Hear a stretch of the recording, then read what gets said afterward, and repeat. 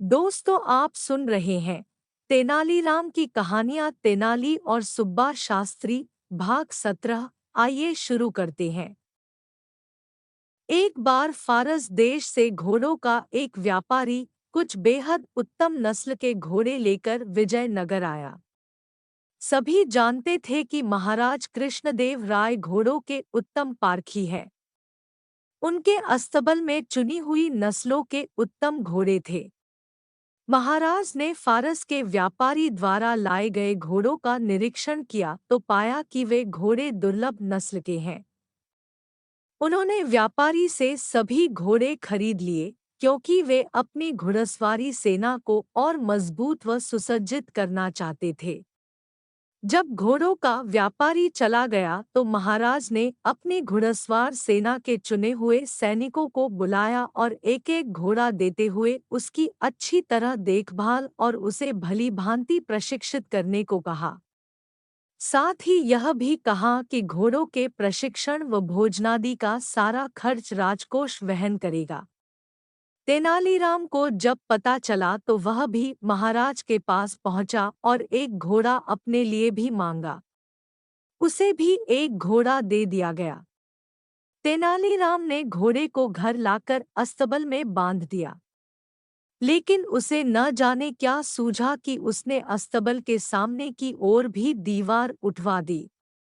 अब अस्तबल की स्थिति कुछ ऐसी हो गई थी कि न तो वह घोड़ा कहीं बाहर जा सकता था और न ही कोई उस अस्तबल में प्रवेश ही कर सकता था।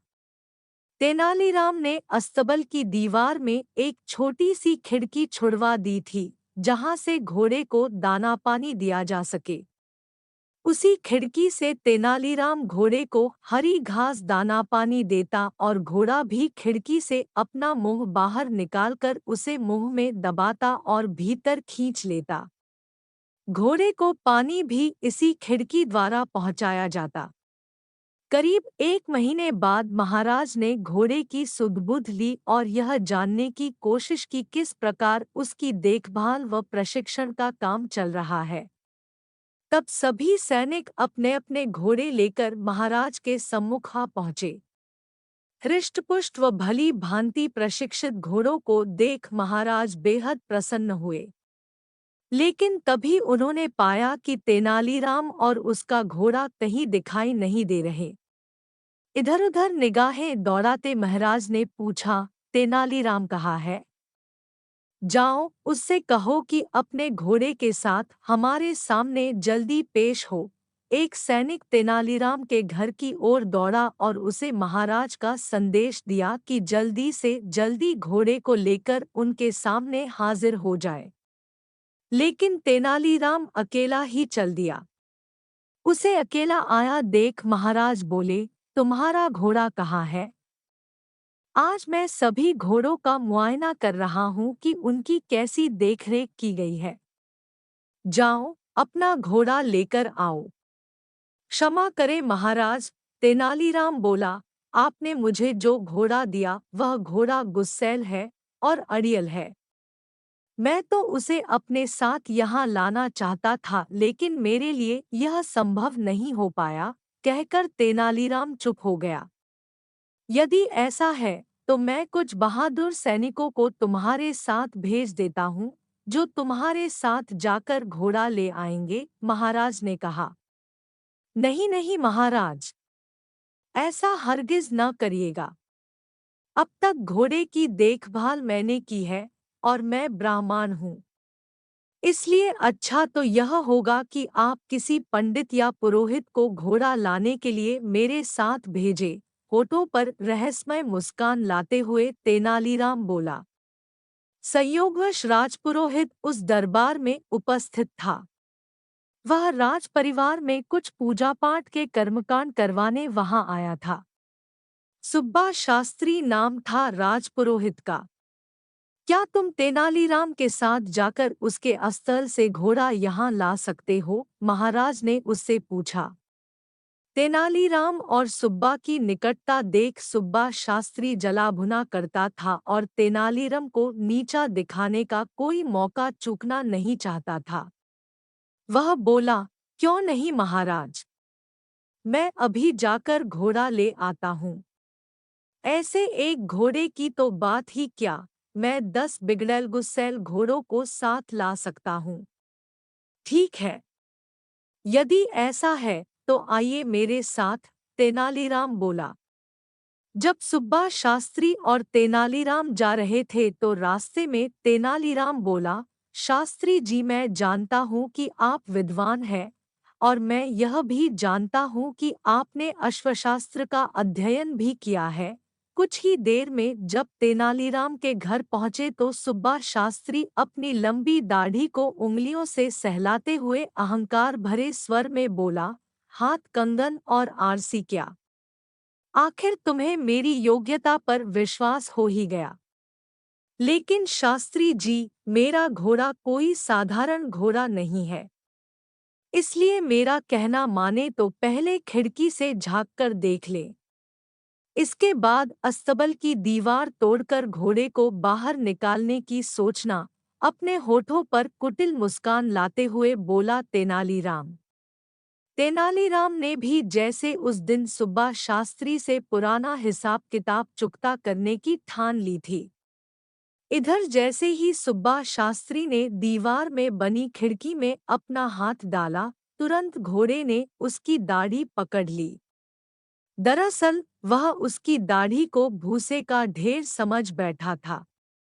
सुब्बा शास्त्री की दाढ़ी को अपने मुंह में दबाए घोड़ा इतनी जोर से खींच रहा था कि उसकी आंखों से आंसू टपकने लगे और वह दर्द के मारे जोर-जोर से चिल्लाने लगा। अंततः अस्तबल की सभी दीवारें तोड़कर वह बाहर निकाला गया। मगर घोड़ा भी कुछ ऐसा हठीला था कि सुब्बा शास्त्री की दाढ़ी अब भी दबाए था। कोई और रास्ता न देख उन्हें उसी अवस्था में राजमहल की ओर जाना पड़ा। अब तक सुब्बा शास्त्री को यह बात समझ में आ चुकी थी कि पूर्व में जो वह तेनालीराम को नीचा दिखाने की फिराक में लगा रहता था, उसी का बदला तेनालीराम ले रहा है। वह तो बस मौके की तलाश में था, जो उसे आज मिल गया था। इधर महाराज और अन्य घुड़सवार सैनिक बेसब्री से उनका इंतजार कर रहे थे। तभी तेनालीराम और सुब्बा शास्त्री की दाढ़ी मुंह में दबाए वह घोड़ा वहां आ पहुंचा। सुब्बा शास्त्री को इस हास्यास्पद स्थिति में देख सभी उपस्थित जन ठहाके मारकर हंसने लगे। यहाँ तक कि महाराज भी अपनी हंसी पर काबू न कर सके और बेतहाशा लगातार हंसते ही चले गए। लोगों को इस प्रकार हंसते देख वहां मौजूद घोड़े भी तरंग में आकर हिनहिनाने लगे। तेनालीराम का घोड़ा, जो सुब्बा शास्त्री की दाढ़ी मुंह में दबाए था, भी यह देख हिनहिनाने लगा। जैसे ही घोड़े ने अपना मुंह खोला, दाढ़ी मुक्त हो गई। सुब्बा शास्त्री ने चैन की सांस ली। तभी एकाएक अपनी हंसी को रोक महाराज गंभीर हो गए और बोले, तेनालीराम, मुझे इससे कोई आपत्ति नहीं कि लोगों को हंसाने के लिए हास परिहास किया जाए। बल्कि यह तो अच्छा ही है, क्योंकि हंसना स्वास्थ्य के लिए उत्तम होता है।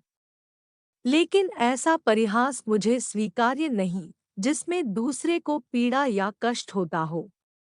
तुमने सुब्बा शास्त्री जैसे विद्वान के साथ जो सुलूक किया है, वह कतई शोभा नहीं देता।